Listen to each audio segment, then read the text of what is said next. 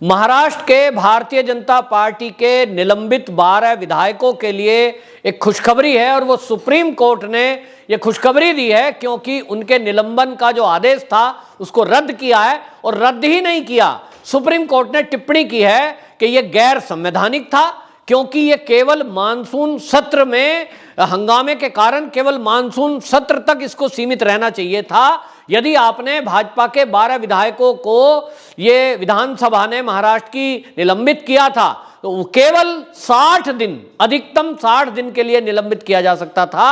आपने पूरे साल के लिए निलंबित किया जो गैर संवैधानिक था। इसके कारण ये विधायक 1 साल तक क्षेत्र में नहीं गए और उसके कारण ये जो प्रतिनिधित्व उनको करना था सदन के अंदर वो अपना प्रतिनिधित्व नहीं कर पाए। गैर संवैधानिक बात है और ये गंभीर टिप्पणी सुप्रीम कोर्ट ने की है। इसके साथ ही निलंबन रद्द हुआ। अब ये 12 विधायक जो अब तो सत्र निकल गया है वो अब, लेकिन जो सत्र अब आएगा इसमें वो शामिल होंगे। निश्चित रूप से महाराष्ट्र सरकार को एक आईना दिखाने का काम सुप्रीम कोर्ट ने किया है। वहीं हमको ध्यान होगा कि जो ये संसद के अंदर हंगामा करने वाले सांसद थे, जिसमें टीएमसी के सांसद थे, कांग्रेस के सांसद थे, जब उनको निलंबित किया गया लोकसभा से, तब उस समय ये शिवसेना और ये सारा विपक्ष गांधी जी की मूर्ति के आगे तख्ती लिए खड़े थे यहां दिल्ली में कि निलंबन गैर कानूनी है। क्यों गैर कानूनी था भाई?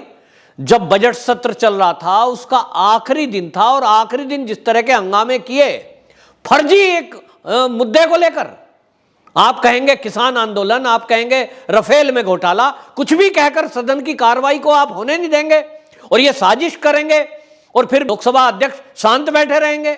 तो उन्होंने एक्शन लिया और एक्शन किस तरह से लिया? पहले कमेटी बनाई और कमेटी ने निर्णय दिया कि ये जो सांसद थे जिन्होंने पेपर उछाले सदन के अंदर, जिन्होंने बेंच पे चढ़ गए, जिन्होंने धक्का मुक्की की मार्शलों के साथ, इनको गंभीर सजा मिलनी चाहिए। अब ये तो हमारा कानून ऐसा है कि जनप्रतिनिधियों की सजा जेल नहीं है।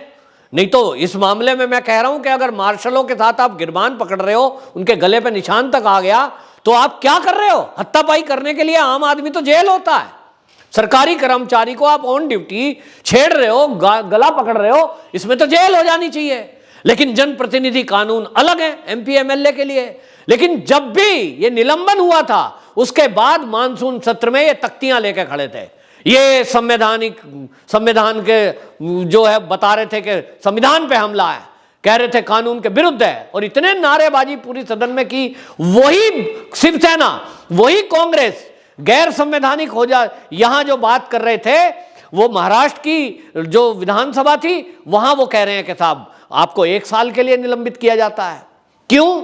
हंगामा आप भी कर रहे थे, हंगामा वो भी कर रहे थे। बीजेपी के हैं तो 1 साल के लिए निलंबित, कांग्रेस का सांसद है या एमएलए है उसको अगर कोई 1 सत्र के लिए निलंबित कर दे तो वो संविधान पे हमला हो जाता है। ये दोगलापन क्यों है? इस देश में एक कानून क्यों नहीं है? बीजेपी से इतनी नफरत क्यों है? लेकिन अब सुप्रीम कोर्ट की जो टिप्पणी आई है ये वाकई में बहुत अच्छी टिप्पणी है और राहत भरी है। अब ये समझना पड़ेगा, महाराष्ट्र में हो या देश का विपक्ष हो, इनको समझ में आ जाना चाहिए कि आप कानून से ऊपर नहीं है। आप इस तरह से अपनी मर्जी से चलकर और जी आप विपक्ष की बात को सुने ही ना।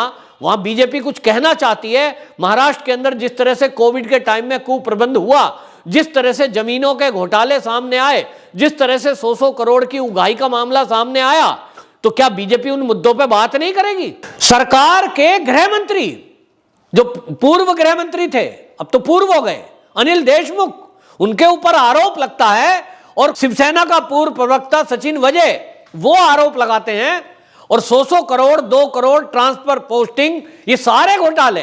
तो बीजेपी अगर सवाल पूछे तो ठीक है भाई, आप इन्हें निलंबित कर दो ताकि ये बाहर हो जाएं और तुम जो चाहे करो। ये महाराष्ट्र में चल रहा है और इसलिए भारतीय जनता पार्टी के विधायकों को निलंबित किया गया था 1 साल के लिए। इसको लेकर आपको बता दूं कि ये फैसला सुप्रीम कोर्ट का आया है, राहत भरा है।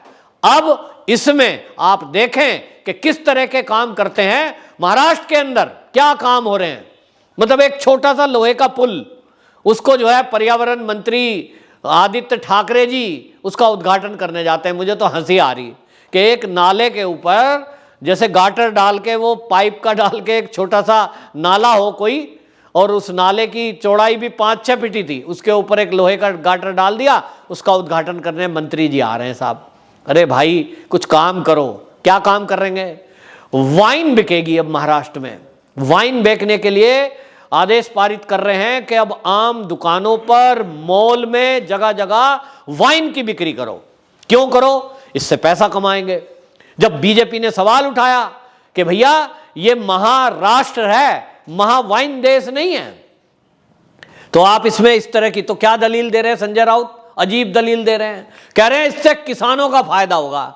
भैया वाइन बिकने से किसानों का फायदा कैसे होगा? तो वो बताते हैं क्योंकि वाइन अंगूर से बनती है, चीकू से बनती है और अमरूद से बनती है, तो किसान अमरूद उगाता है, इसलिए उसकी ज्यादा बिकेगी। भाई ज्यादा बिकेगी तो वाइन पीने वाला, तो फिर तो सारी शराब ही सब दुकान पे कर दो। तो कहते हैं नहीं नहीं, वाइन शराब थोड़ा ही है। अब संजय राउत जी किसे बना रहे हैं? मतलब आप नई डेफिनेशन दे रहे हैं कि वाइन शराब नहीं होती।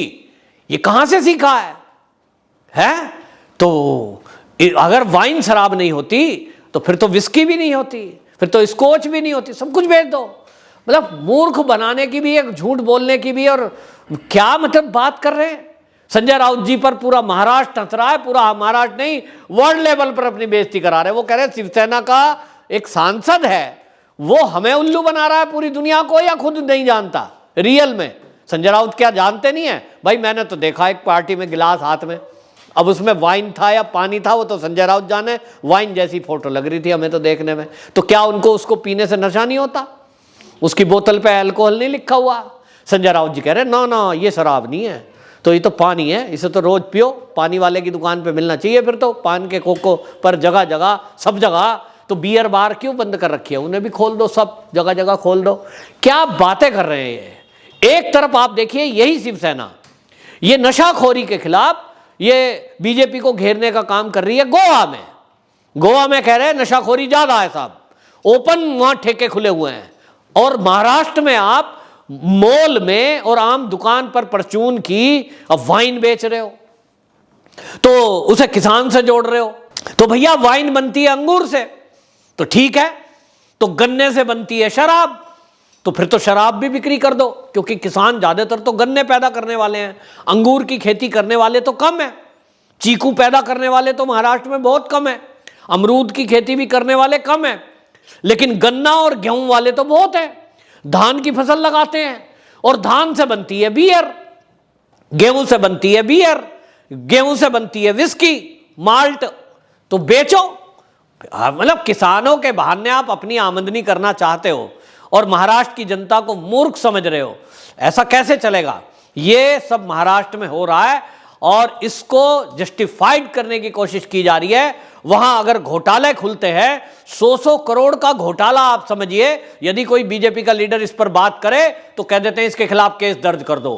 कोई पत्रकार अपने अखबार में छाप दे, कोई चैनल पर अपने चला दे, तो ये कहते हैं ये चैनल वाला विरोध में बोल रहा है, सुशांत सिंह राजपूत की हत्या पर सवाल कर रहा, कैसे कर रहा है, उठाओ इस चैनल को बंद कर दो।